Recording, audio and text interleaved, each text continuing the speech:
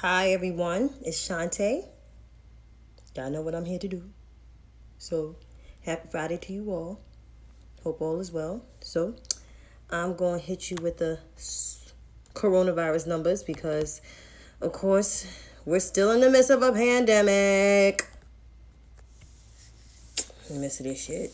So, on the global stage, hey T, hey Chantel, we have 26,517,985 cases of COVID around the world, with the global death toll almost at 900.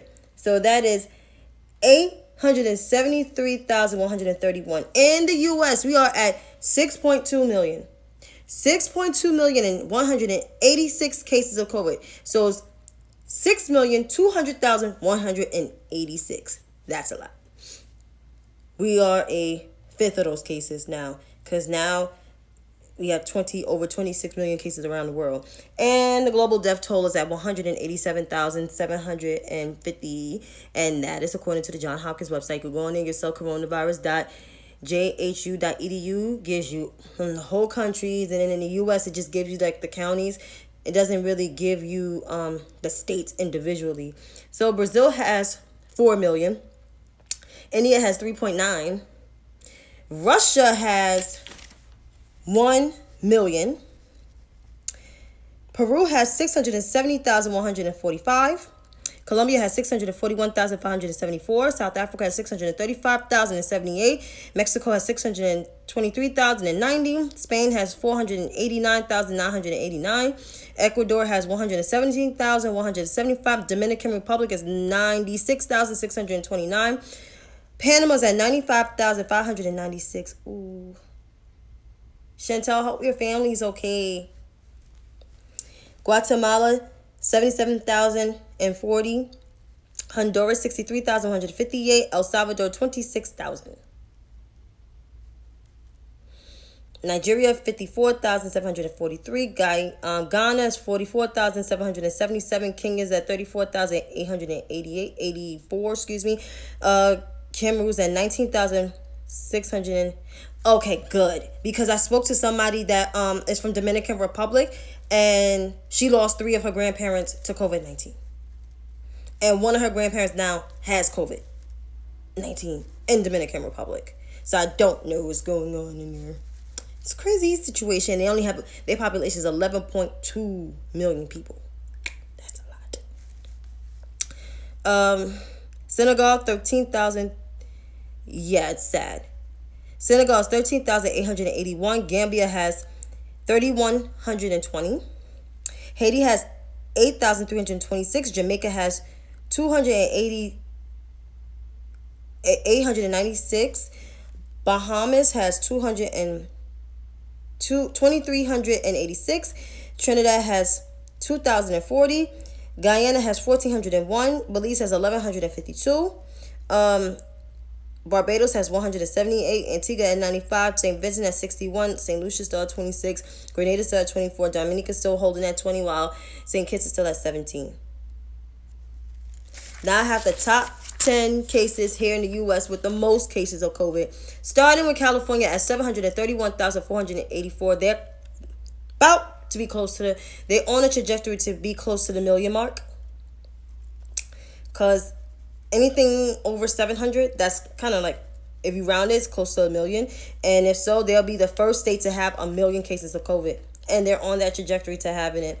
Texas at 658,551. Florida at 640,203.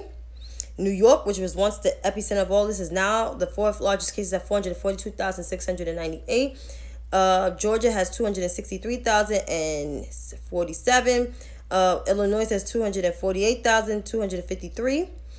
Arizona has 204,686. New Jersey has 195,205.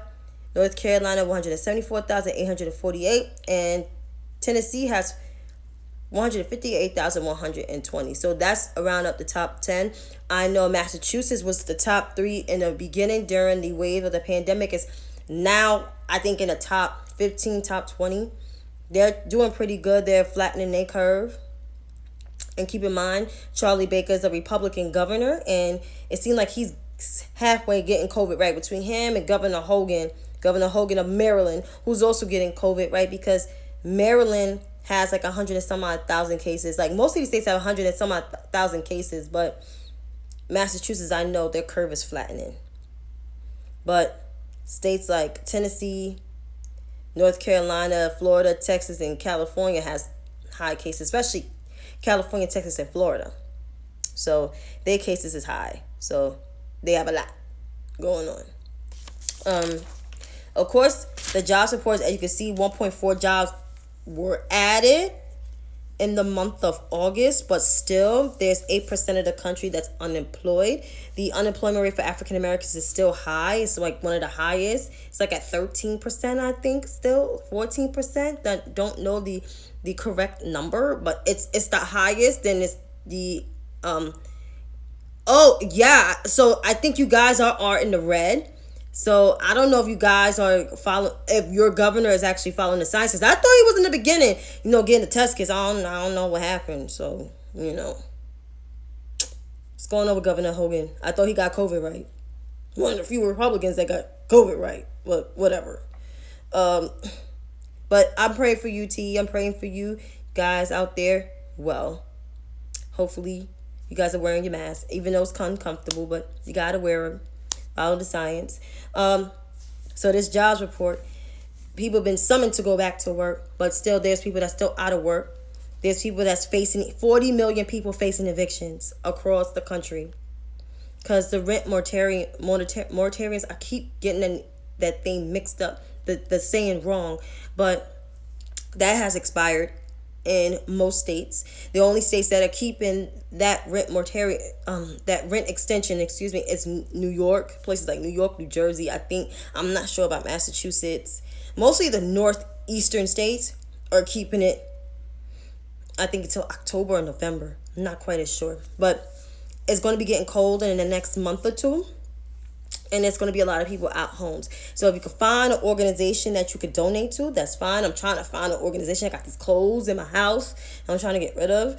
So to get rid of two certain organizations, because there's going to be a lot of homeless people. It's almost going to kind of feel like, if not the 70s, then definitely the Great Depression. And that's what we don't want.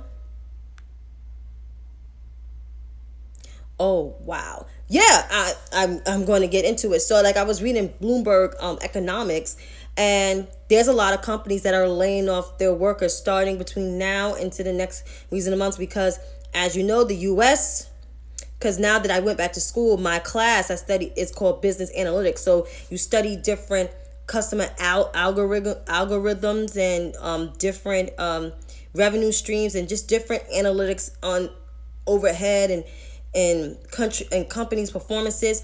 Retail is not doing well. Retail has not been doing well for several years because due to companies like Amazon, like all these online buying companies.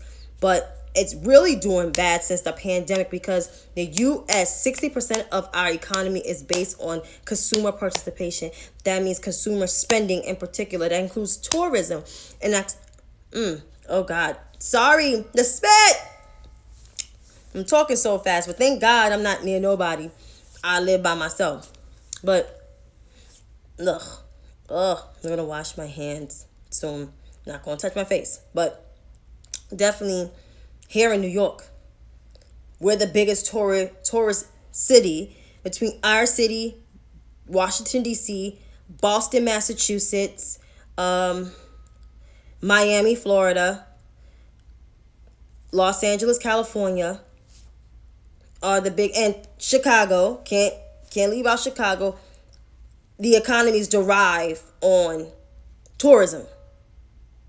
New Jersey's income derives on concerts and venues. They are the second largest economy. That's something that I learned. I knew New York was the highest, and then comes Connecticut, then comes Massachusetts, which I kind of knew Massachusetts was in that top because of the colleges and, the law firms and all that stuff. So yeah, it's pretty,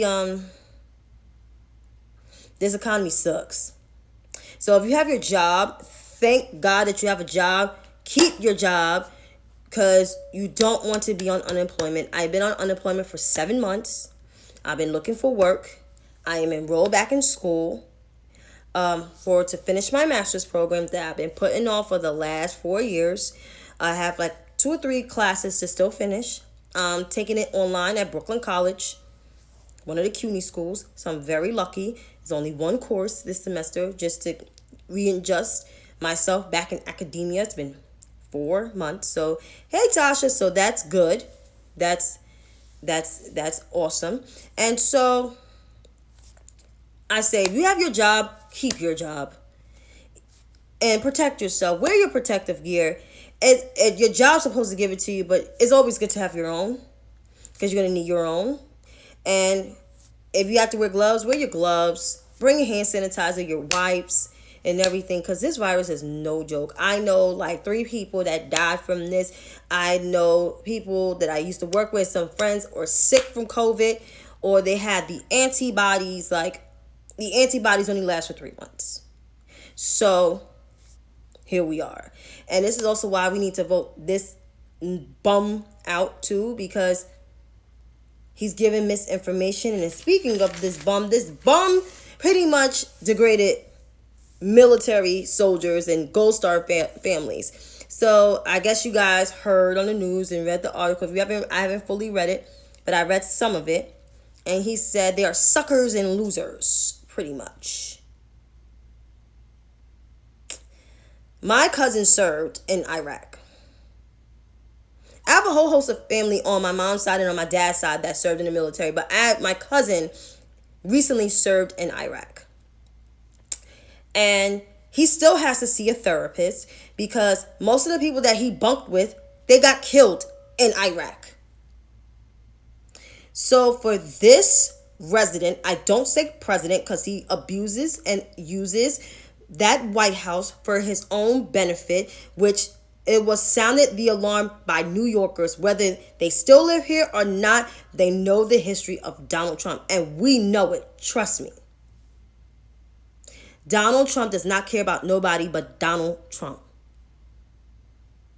I don't think he necessarily or never did care about his kids nor his spouses.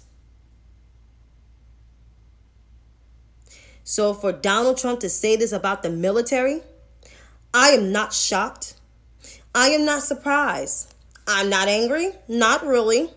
Even though my cousin served in Iraq. Because I know my cousin ain't no pussy. And he ain't no punk. And he ain't no sucker. Ain't no loser. The one who's the sucker and the loser and the jackass is Donald John Trump. So this is why. And I tell people, elections have consequences. And if you do not vote this year, this man will destroy completely the American creed. I'll say this again. If we do not vote to get this bum out of the people's house, aka the White House, Donald Trump will destroy the fabric and the creed of the United States, and progress will be halted, forever. So I'm going to say this the last time. If we do not vote out Donald Trump on November 3rd, Donald Trump will destroy, piss, poop, and burn the once American creed of this country. So all for those young little folks who tell me I don't see myself voting for nothing's not going to change. Things will change. Systemic racism, all these stuff, pandemic, racial reckoning, messing with the post office, everything is coming to light. Everything's coming to light. And this is where if you don't make change, if you don't vote, that's the first way to make change. And after you vote, then you hold your elected officials accountable. You request town halls from them. You write letters. You invite yourself to that White House. It's the people's house. The White House don't belong to the President of the United States. They just reside there. That's why they served there for the maximum of 8 years. It's the people's house. It's our tax dollars. It was built for free by slaves. So there you go. And thank you.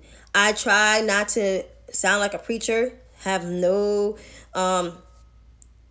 goals of being a preacher. That's not my calling. But I'm just tired of people saying, like, it's not going to work for me. And they be the same ones complaining. I say, so did you vote? No. Why? I don't see myself working for me, so why complain? Do something about it. Vote. I vote in every election. Because I don't want to get the speech from my mom. And then plus, like, when you don't vote, things don't change. When you vote, things change.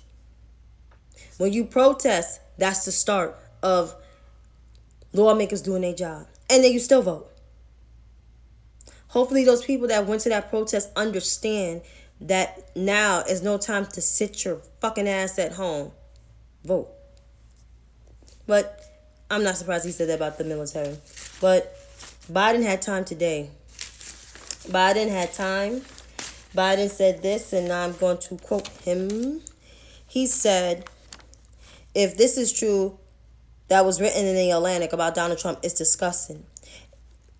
If it affirms that we know that it's true, Donald Trump is not fit to be the commander-in-chief. And if these things were true, then Donald Trump needs to humbly apologize to...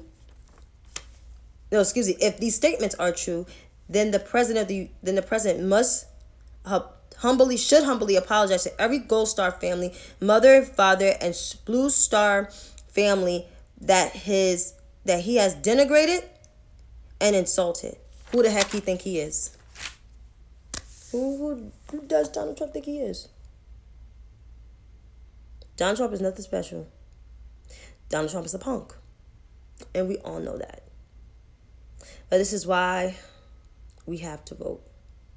Like, our lives depend on it. But until then, have a great weekend. Do something fun. Something exciting. Stay safe, though. And continue your distance from people. You can see your loved ones, but keep a 6 feet distance. Until then, have a good night.